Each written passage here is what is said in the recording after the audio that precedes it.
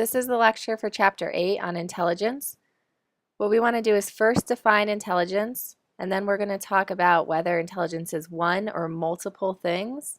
We'll talk a little bit about whether intelligence is determined by the environment or our genes, and then we'll talk about application into the classroom.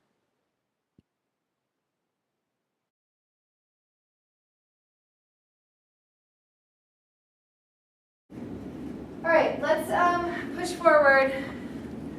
This was a good way of starting us on the what is intelligence question. So our first question here, what is intelligence?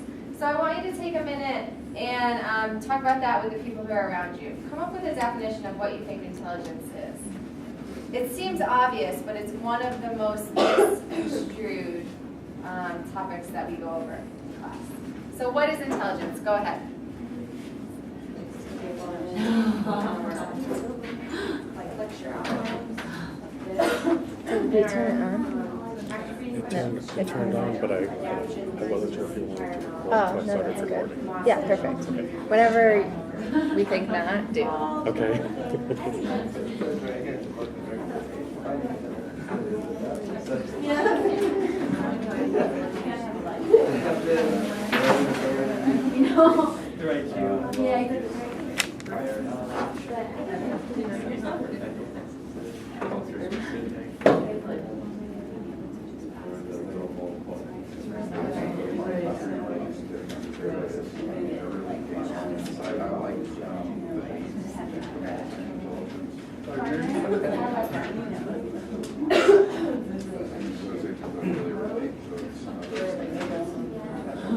So it looks like you guys have your books to help you. So let's go ahead and get started. How is your book, or how are you defining intelligence? What is it? What are we talking about this class? What is intelligence? Okay, so information processing. Yeah, getting information into the system. Yeah, working on it. Sure. Which comes from Chapter 7. What else? How you learn it. Okay. Like the environment and the context of which you get your information, and then what you do with it and how you relate it to Okay, how so you're going to move forward. I'm hearing two things here. Recognizing the role of context is going to be important when we talk about intelligence. Definitely. Context, culture, all of that. And then the next piece you're saying is, okay, what do you actually do? What are the behaviors? Right? Okay, so has anyone, we're all pretty smart people in here, consider ourselves to be intelligent.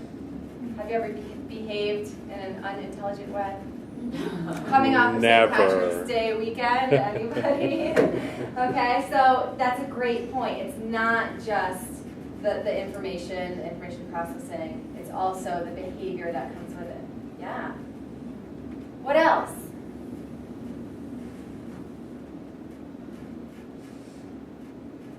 What else do we have?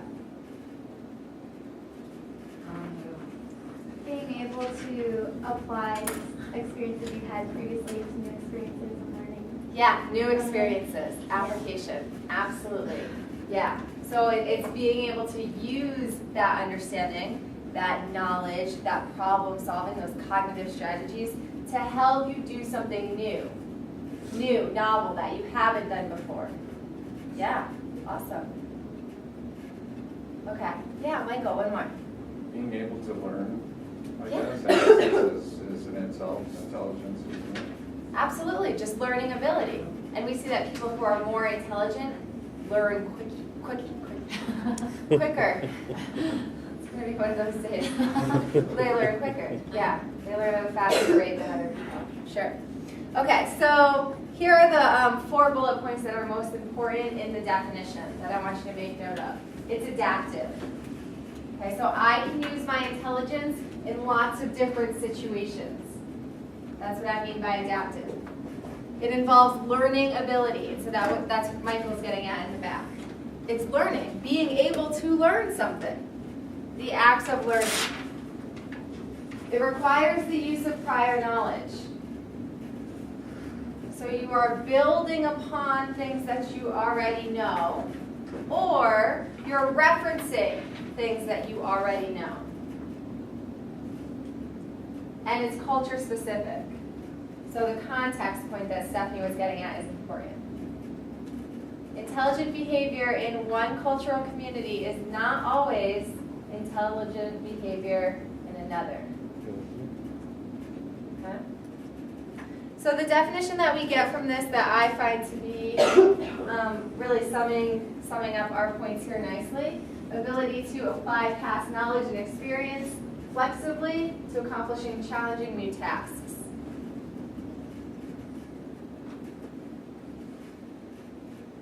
So there are some misconceptions in this concept of intelligence, and I'm happy to hear that you guys didn't have any of those, okay? Because often it's something that my students bring up.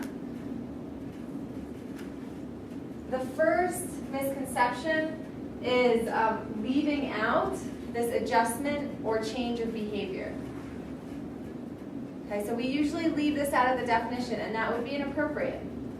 Intelligence and intelligent behavior does require that person to then go ahead and make the change, to do something, to act. And maybe that acting or doing something is just learning something new and adding it to our repertoire of knowledge. But there is a change. The second one here is that it's not just a measure of what's been learned, and that's the biggest misunderstanding about what intelligence is. People want to say that intelligence is just what you know, and it's absolutely not. It uses prior knowledge.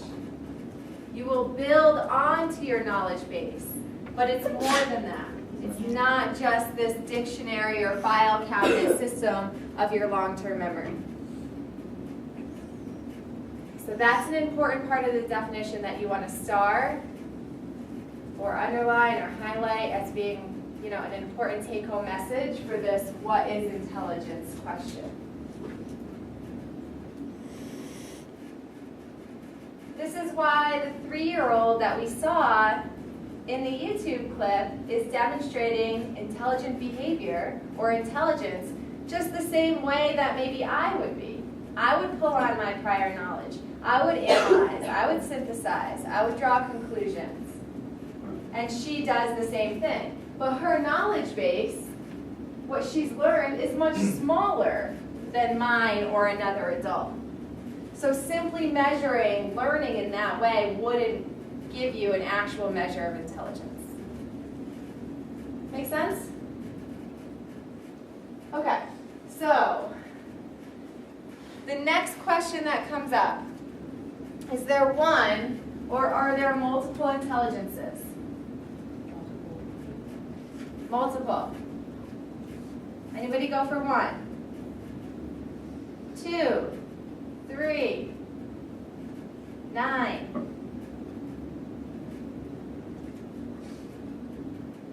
Got 1 vote for multiple. What do you think?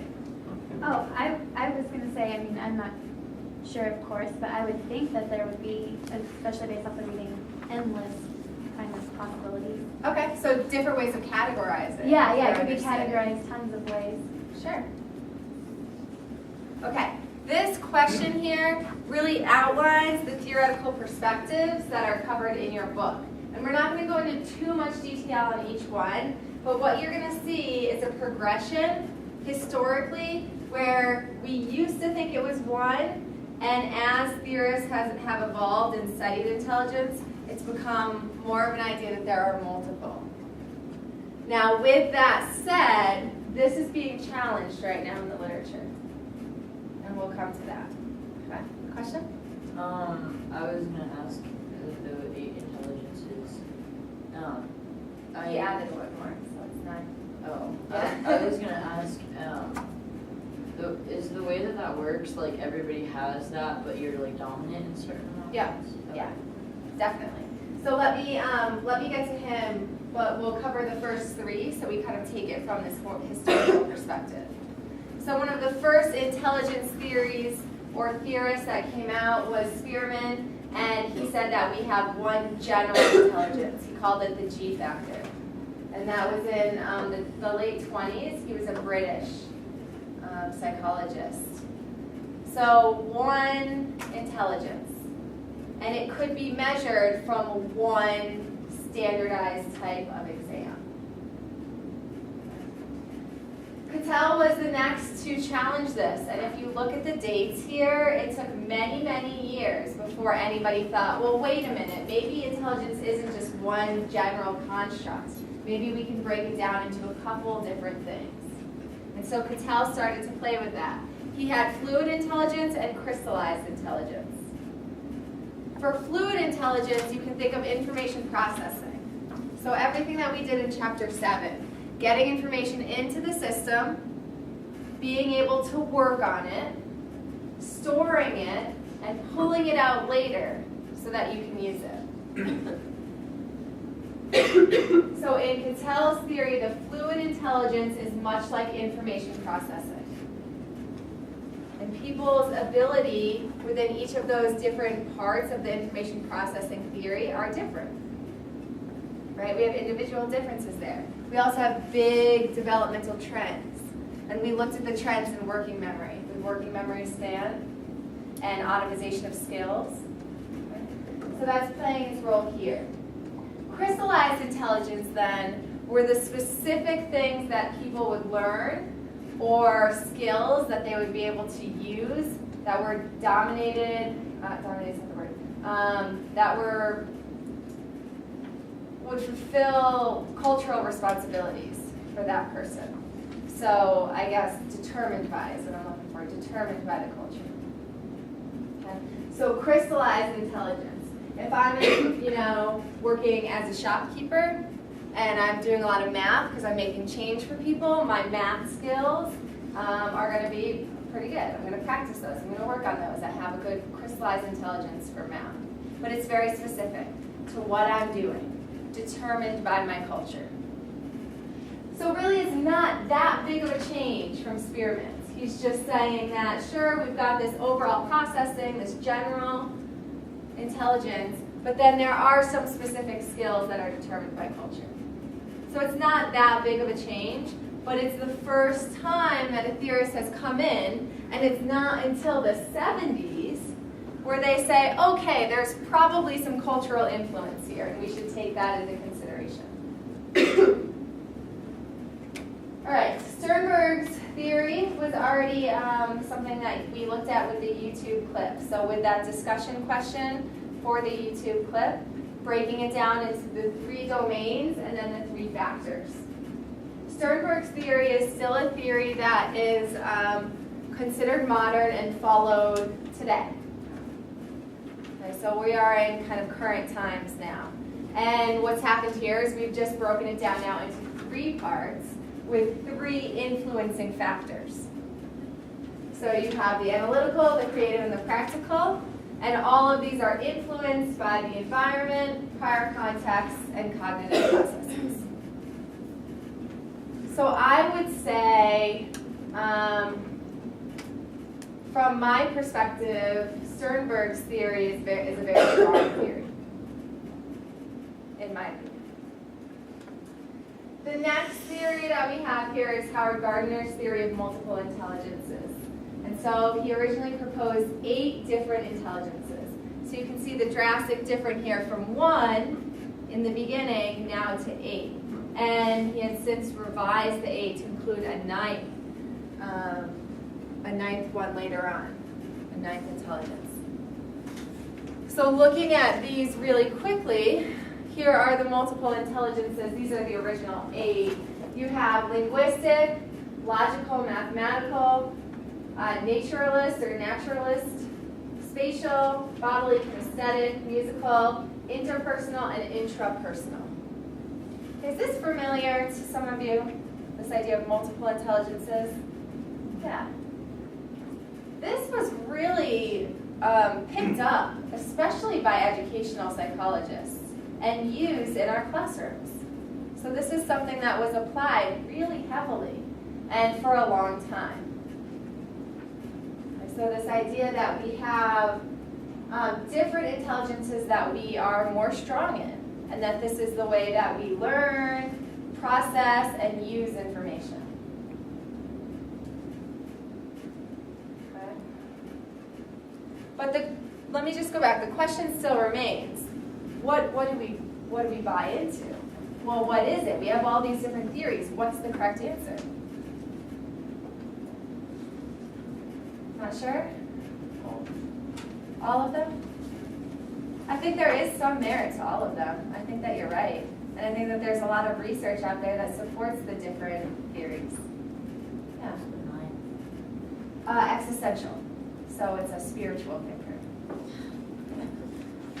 Is he still alive? Yes. Is, under Gardner's theories, is that where people come up with, oh, you're a visual learner, you're an auditory learner, you're... Yeah. And that's Yeah. where we categorize, and that's how we've taught towards these kids is, oh, you need visual Yeah, I love that you're bringing this up. in order to, learn something and focus on something. Yeah. Or you need to hear it in order to learn it, or Yeah. you need to write it. So learning styles, it comes from this type of theory. Yeah, and that's where education has really picked up on this and run with it. Learning styles. I'm a visual learner. I'm an auditory learner. I write. So how many of you buy into this? Good handful? For a long time, this was really everything that we were taught. Especially, I was teaching students learning styles 3 years ago. Okay? So I'm going to present you with a little bit of evidence to think about this in a little bit more of a critical way. Because some new research is coming out that says that this is not really valid. Okay? Which was a big surprise to me too. Yeah.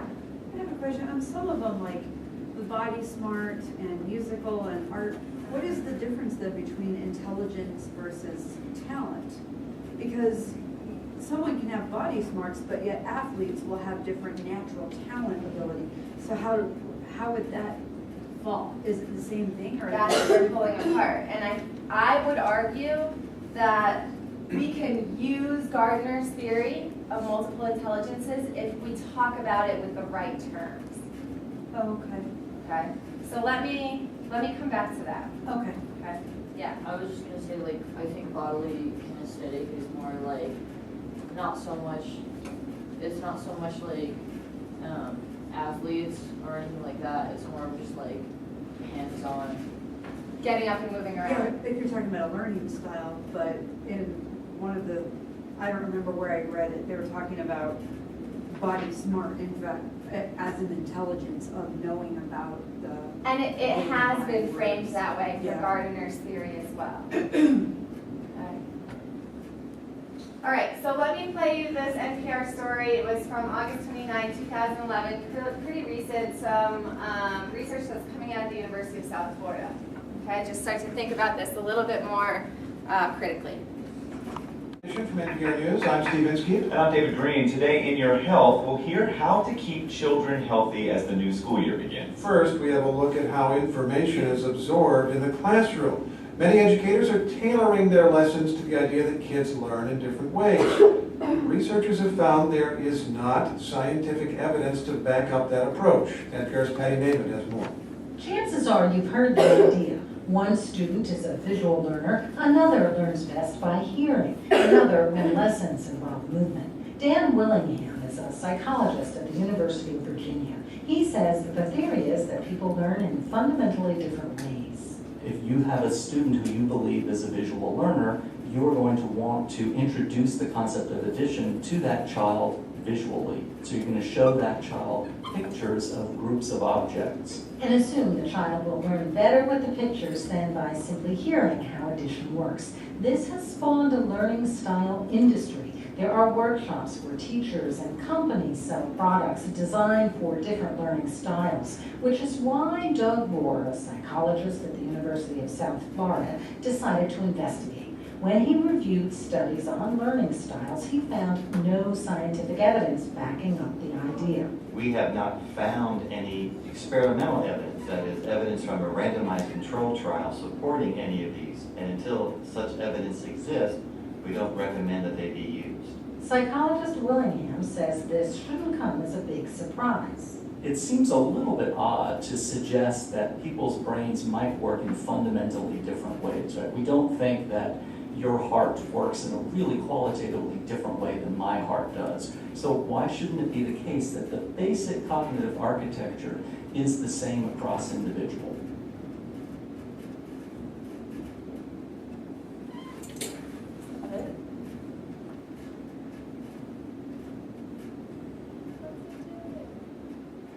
It's Morning Edition from NPR News.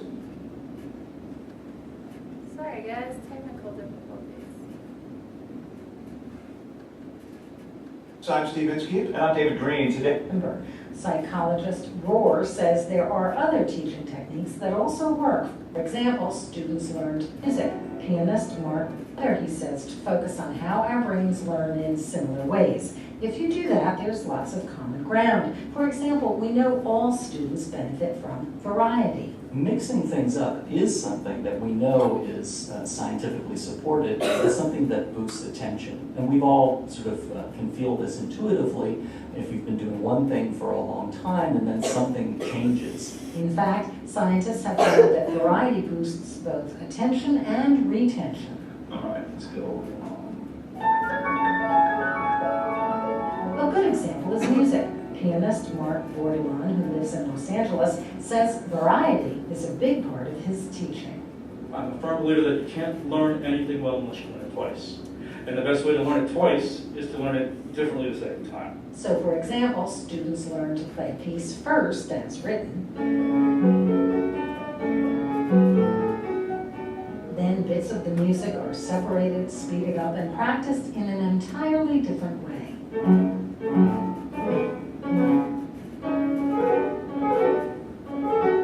It's the combination of these two learning methods, says Bordelon, that increases the ability to learn and remember. Psychologist Rohr says there are other teaching techniques that also work for most students. Recent studies find our brains retain information better when we spread learning over a period of time versus cramming it into a few days or weeks. Every night in this country, a couple of million kids are assigned to do 1 or 2 dozen math problems of the same kind, perhaps 24 problems on the quadratic equation. And the data suggests that they're better off if they might just do a dozen of those that night and save the other 12 for subsequent lessons in the year. Researchers like Rohr are now working on ways to come up with even more scientifically based teaching methods that will help all students. Patty Neiman, NPR News. Okay, sorry for the interruption there in the middle. What do we think? Let me start off with this. Is anybody surprised that there's absolutely no evidence scientifically for different learning styles? Yeah. I was too. You'd think that the evidence would have come before the theory, Yeah, right? right, you would think. Yeah. But actually in the field of education, it's usually the opposite. So teachers who are in the classroom working develop techniques. Anecdotally, they work. And then researchers will come in later and test them. So it's one of the places that it's kind of flipped on its head. Yeah. I was very surprised by some of this. I've been teaching teachers for quite some time, and I was teaching them learning styles. I had a whole week of learning styles. Okay, so it was surprising to me. Now at the end, they started to talk about, well, okay, so what's the big deal? What's the danger in this? And that's where I kind of want us to find our take-home message, in that if you talk about multiple intelligences or learning styles using the correct words, so instead of a learning style, you can say a preference. The preference leads to more attention, which is going to lead to greater recall. Then I can buy into some of it. But if you want to just stick with the old book and say, no, I'm a visual learner, I'm not going to get it unless you show me it in pictures, then I'm going to have to disagree. The other piece here that's important is that what teachers were doing was just varying their teaching techniques to reach more students. And that's not bad at all. No one would say that we shouldn't be doing that. So the take-home message from either whether you're believing in multiple intelligences, lots of different learning styles or not, is that we still do know that repetition and varying your teaching methods will still increase learning. So then I took a big sigh of relief because I was thinking, all right, maybe I haven't done all of these pre-teachers like the most disservice possible as their professor. So I felt a little bit better about that. Okay? So going back to this basic question though, is there one or are there many? I would say that we have something like Sternberg's theory we can latch onto, which categorizes types of thought, like analyzing or being creative, recognizes the influences on it, such as the environment or prior knowledge, and that we could use that as a really strong theory, and then we could think about these ideas of learning styles or multiple intelligences instead as a preference. And as a reminder, as teachers, that we do want to vary our instructional methods to help our students learn. We talk all semester in here about how people learn. And so I don't know why it came as such a surprise to me when somebody said, wait, we don't learn any differently from one another. Right? And I like the example that they gave in the NPR story where he says, my heart is pretty much the same as yours, minus any major, defects or something like that. Our hearts all beat basically the same. So yes, our brains all work basically the same too. Okay. All right, so let's take a look at our next big question here. Is intelligence determined by heredity or by the environment? It's the nature-nurture debate. So where do we fall on this? Is intelligence more of a biological, predetermined characteristic that we have, or is it more heavily influenced by the environment that we're in? What do you think? Depends on the person. So that would tell me that you're more of an environmental person, because people have different experiences. I think it's a combination of both, because everyone has that innate ability to learn. Sure. And then it's their environment that would help either, pursue it further. The people that kind of grew up in a similar area, they're both, innately being intelligent. One might have had more resources, so they went on to further their knowledge base, whereas the other one might not have had those resources in their environment, and so they kind of, were stagnating. Yeah, so you're definitely making the argument for both. Absolutely, very clearly, and I totally hear that. If you had to pick one or the other, which one would be more important? Nurture. Yeah? For sure. The environment? Yeah. I think there's more evidence to support in nurture. Okay. Anybody disagree? Okay, so it is definitely a combination of both. A lot of the research, though, with genetics does point to our biology being almost, or in a lot of cases, more important than the environment that we're in. Now, this is pending extreme circumstances. So that's kind of where you might be like, no way. If you are severely neglected, you don't have social interactions, you're abused, this does not hold true for you. Right, so you have to take out the extreme cases and look at the normative population.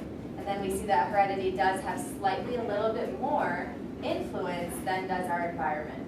Now, it's not outruling the environment. The environment is still super important. So this research comes from studies that are done with twin research, okay, which is what we use most often when we're talking about this nature-nurture debate. So here we have correlation coefficients. You have to think back to chapter 2 when we talked about research. Correlations range from 0 or -1 to +1, and the positive ones mean they're moving together. The variables are moving alongside one another. And the closer you are to 1, the stronger the relationship is. So this is diagramming those correlation coefficients. And you can see they're all positive, meaning as the genetics increase in similarity, so does the similarity or the increase in intelligence scores. Those are the two variables we're looking at. So the top one here, identical twins who are reared together. So they have the most genetic overlap that's possible between two individuals. Okay, so it's even going as far as saying 100% same genetic material. And their correlation coefficient is all the way up here. It's about an 85 for their intelligence. So high genes, reared in the same place, environment is exactly the same. You're going to have a very high correlation between those two people's intelligences. They're very similar to one another. Makes sense, right? Okay. So now if we look at identical twins who are reared apart, so this is the different environment. Genetically exactly the same, but now they're in a different environment. And we see on average at about 0.70, 0.71. That's all genes. Okay? Because their environment was different. And look how high it is. This is some of the strong evidence that's saying that the genes are so important. Then if you look at, let's see, what's another good one? How about adoptive siblings who are reared together? Absolutely no genetic overlap between the two. No genes are the same, but they shared exactly the same environment. They're down here at a 0.30. Okay, so much, much smaller than we have for these guys who are sharing the same environment. Not this one, they're reared differently. And then you have any combination of those things above. So it takes a look at siblings reared apart, siblings reared together, on and on. But the general mapping from all of this research is that the genes are going to play a very large role here. So the way that you can think about this, the theory that we use is called reaction range, and I really like this theory.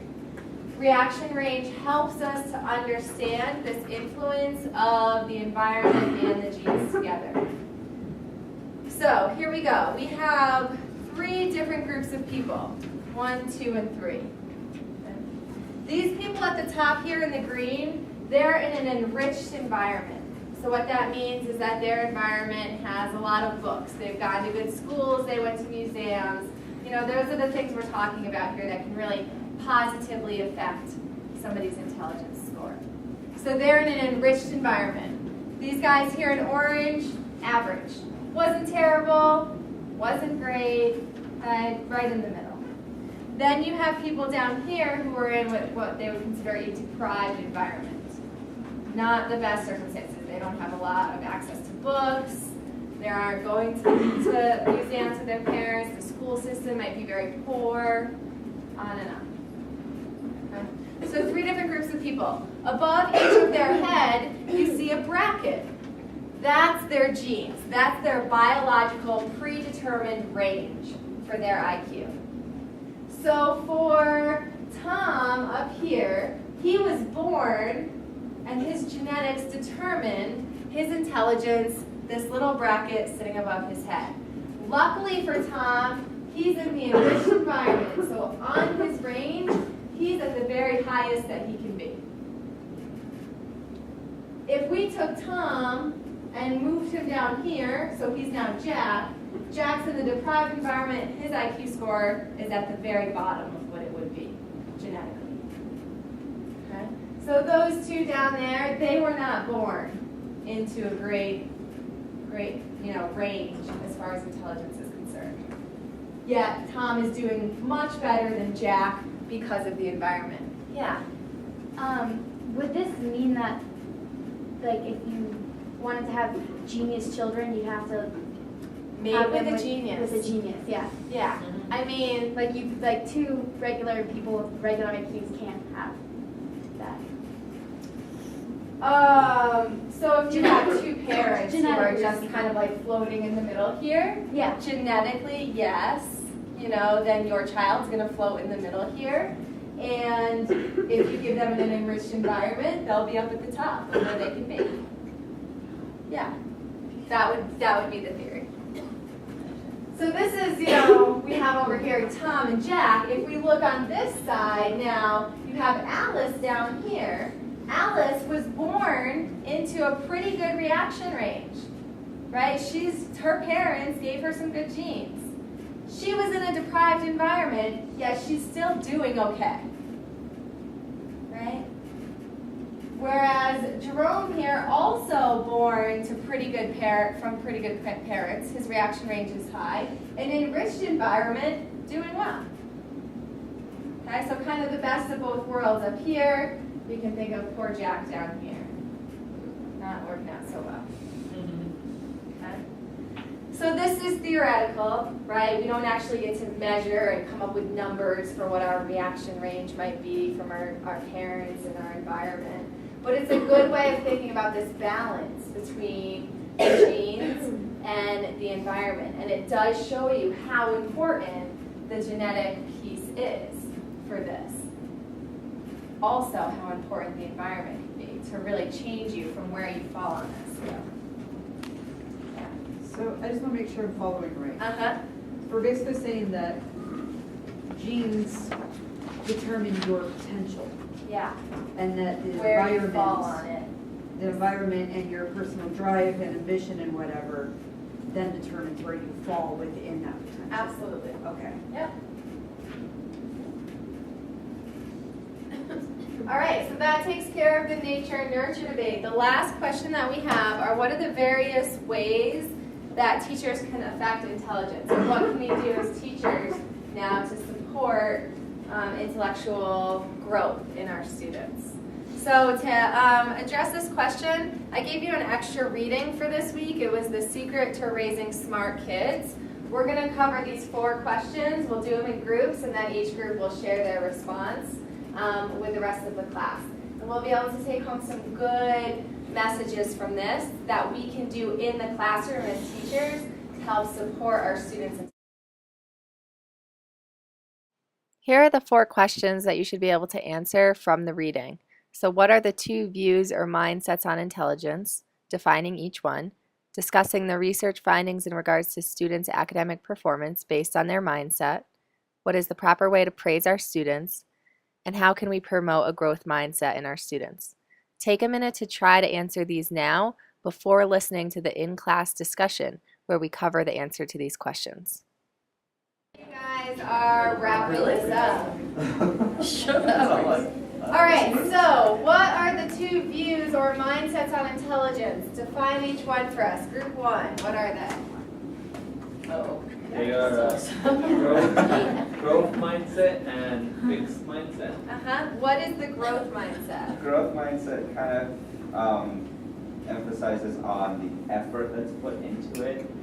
So it's kind of like the students that, always kind of would put a lot of hours into their studies and would work really hard on a difficult math problem and just keep pushing through it until they figured it out. Whereas with fixed mindset, it's kind of that like, I'm the naturally gifted smart kid.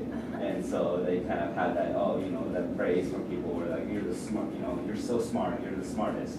Yeah. And so they have that mindset of it where the minute that they do not succeed, their incentive to persevere even further drops because of the fact that they're like, well, I just reached my max, so there's no reason for me to study harder. Whereas with growth, it's all about growing and increasing your knowledge. Yeah, you're absolutely right. Yeah, so these 2 different mindsets that Dweck is telling us about. The growth one is the idea that, I can learn things. My brain can take on challenges and be successful, and I can work really hard, and I can affect my own intelligence. I can play a role. Whereas fixed would be, I was born this way, this is what I got. Here it is. I'm either really good at it or I'm not. Okay, so as a teacher, you will hear the fixed mindset come out a lot, especially in things like math. And I'm not talking about the little kids, I'm talking about you guys too. I have students come into my office for advising and they say, I just am not good at math. I don't get it. Okay, it's a fixed mindset. It's not this idea that yes, if I work at it, I can learn it and I can change. Okay, so 2 different mindsets here that are described in the literature. So how about this second question? That's you guys. Discuss the research findings in regards to students' academic performance based on the mindset. So what are they finding out in research studies? I'm just going to be one that I remember. Sure. Sorry. Well, like, let's say two students do badly on the test. One has a fixed mindset, one has the open mindset. The open mindset, or you just explain this, but the open mindset student is more apt to do something to change that, to improve her test scores next time, whereas the fixed mindset individual Doesn't, yeah, gives up, right? Yeah, absolutely. So some of the research is showing that if you have this fixed mindset, you are more likely to say, I did what I could have done. Right? Whereas with the growth, we see students who try to improve their grade. So they've done more outcome research based on this difference between the fixed and the growth. And it's not just on something like one exam. You can look at the differences over the course of a year with students who have these two different mindsets, and the ones with the growth are doing much better than the ones with the fixed. Okay. Now this is especially true when our students face challenges, right? That's one of my favorite things in here, challenge your students. Piaget tells us to do it, Vygotsky tells us to do it. So if I challenge you and you have a growth mindset, you are more likely to come to that challenge, give it a shot, and if it doesn't work, try again. And if you are a fixed mindset person, you are more likely to say, oh, challenge, I can't do it, it's too hard, I give up. All right, so now let's tie this into praise. What is the proper way to praise our students? Are you guys three? Yeah. We were talking, it's a focus on the effort and the work involved and not the outcome. Like, you don't overpraise and say, oh my gosh, you're so smart. Okay, you're the best, smartest kid ever. And then, you know, like, what would that be doing? Well, saying that they're worked really hard is kind of pushing them towards the growth one. And saying, oh, you're so smart is just indicating, oh, that's very fixed, you know. No, you're so smart, it's what you are. So if you praise the growth instead of the outcome, then maybe they'll be more motivated to grow. Yeah. If you praise the mistakes, then that helps too. Right. Oh, that was a mistake, but you did a really good try, and we'll try again and see if you can get it this time. Yeah. And that really pushes them towards the growth also.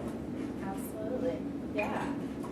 So I hope you guys are seeing this, but this whole lecture today, I'm telling you about all of the things I've done wrong for so long, you know, like teaching learning styles, and I will tell you, I taught preschool for 5 years, and I told those kids they were smart every day. I did. I just said, you're smart, this is great, you know, you've done so well here, you're so smart. I said it all the time. I said it to my nieces all the time. I didn't read this article until maybe 2.5 years ago. And I thought, wow, okay, I've obviously been screwing those kids up. But, you know, I've changed since then. So I'm demonstrating some intelligent behavior. I'm changing based on new information. And this is one of the reasons why I love my field so much, because research comes out that challenges the way that we do things. And I can make really clear, plain steps to, you know, increase intelligence in my students or challenge or whatever it might be. And this is one of those places. So now when I'm teaching or talking with, you know, little kids in my family, I do say things like, you know, you have worked so hard at this. That's really great. You know, I can tell that you're working hard. Keep going. And I think and hope that it's making a difference. So the last one, number 4, how can we promote the growth mindset in students? So we know the praise part. There was one other piece of the article that was in there. So I'm challenging you guys a little bit. We have encouraging the hard work that you're already putting into it, encouraging mistakes, yeah, and trying harder, challenging them. Instead of saying good job, say yeah, you did very well on that. Yeah, keep going. No, you guys are right. You're right on track. There's one other one that the article talked about just a little bit, and it wasn't a main focus. So the article talks a bit about how you can teach children that the brain is a muscle, and that you can exercise the brain just like you could exercise your arm. So explicit teaching about the learning process. It doesn't sound like it's that, landmark, but it actually is. I mean, for some of you, I know not all of you, but for some of you, this is probably the first class you've taken that's thought about, talked about teaching and learning and how we learn. We can do this with first graders. We can teach them how to learn, teach them how the brain works. And you do it at a developmentally appropriate level. And if you do that, pairing it up with some of the correct praise, then you could really, end up with a student who's very growth mindset and can have all those positive outcomes that the research is finding. So if a student ever comes to you and says, I just can't do math, you can say, you can do math, you just have to practice. Just like, the other day when you couldn't hit that free throw and you practiced a few times and you hit it, you could do the same thing with math. So teach them explicitly in that same way. Okay? All right. I have here 7 educational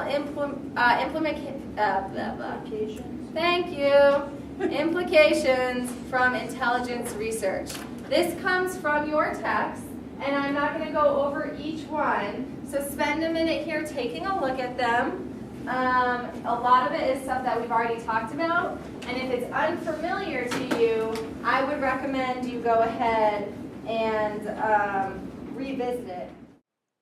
These are the 7 educational implications from intelligence research into the classroom.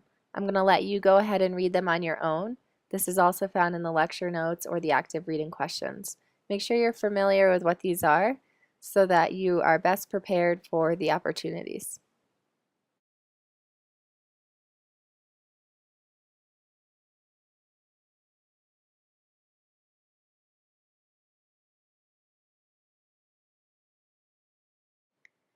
So what we covered in this lecture were the different theories of intelligence and how they vary basically on how many intelligences theorists used to or still believe that people have. We talked a little bit about the nature-nurture debate and how to apply intelligence into the classroom through the secret to raising smart kids. Make sure you pay attention to the second column here on the right about the things that we did not get a chance to cover here in the lecture.